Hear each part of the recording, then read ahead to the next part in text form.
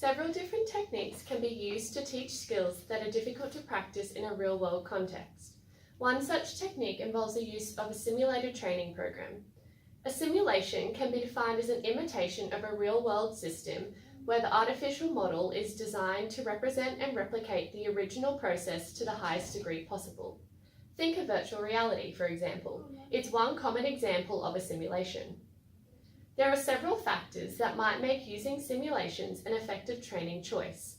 Firstly, simulations are commonly used when the real-world task is too expensive to conduct as a practice run. Think of zero-gravity chambers versus sending astronauts to space. When the task occurs too infrequently to allow for regular practice, so for example war. Simulations are also used when the task is considered too dangerous for inexperienced practitioners to attempt, such as brain surgery.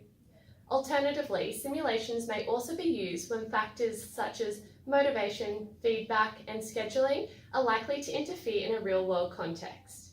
Finally, simulations are often used when opportunities to practice in a real-world context are restrained, so for example, playing drums on a rubber pad rather than an acoustic kit.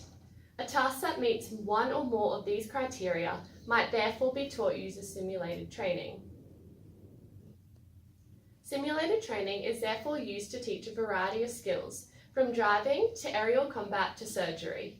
Surgery, for example, is a prime example of a skill that is too dangerous for novices to practice in a real-world context. While some surgeries are almost routine in hospitals, others occur rarely, making opportunity for practice both infrequent and restrained. Real-world factors are also likely to interfere with regular practice, scheduling, for example. Emergency surgery is rarely planned after all. The success of a simulation training program can be evaluated in light of the degree to which it achieves VAR transfer, the degree to which participants are able to apply the skills they learn in the program to a real-world task. Two factors which influence whether or not a program achieves this are physical fidelity and psychological fidelity. Physical fidelity refers to whether or not the task looks realistic. While high physical fidelity is often an advantage, it's also not considered to be necessary in situations where part task training is being utilised, or when a highly realistic simulation could cause trauma to participants. Similarly, psychological fidelity refers to the extent to which participants' behaviour in the simulations matches behaviour on the real task. This is considered somewhat harder to achieve as real-world consequences tend to be lacking in simulations.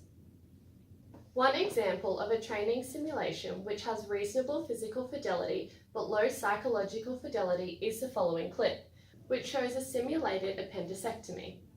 Trainees are physically completing all components of the surgery, cutting, clipping, tying, etc., yet there is no blood and the model isn't real flesh. There's also no consequences. Making a mistake on the model won't lead to injury or death like it would in a real-world context.